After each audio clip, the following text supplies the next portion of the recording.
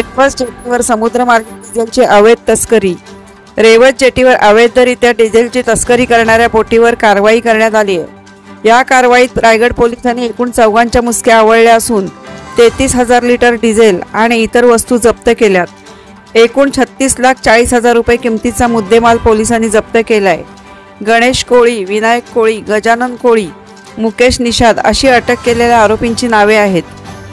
काल गोपनीय माहिती मिळालेली होती. त्या माहितीच्या आधारावरती स्थानिक गुन्हे शाखेनं रेवस जेट्टी या ठिकाणी रेड करून एक बोट पकडली, ज्यामध्ये 33,000 लिटर डिझेल ज्याची किंमत 36 लाख रुपयापेक्षा जास्त आहे ते पकडलेली आहे. त्यामध्ये एकूण 4 आरोपी आहेत, ज्यांना सध्या चौकशीसाठी ताब्यात घेण्यात आलेला आहे आणि हा मुद्देमाल जो आहे तो ताब्यात घेण्यात आलेला आहे.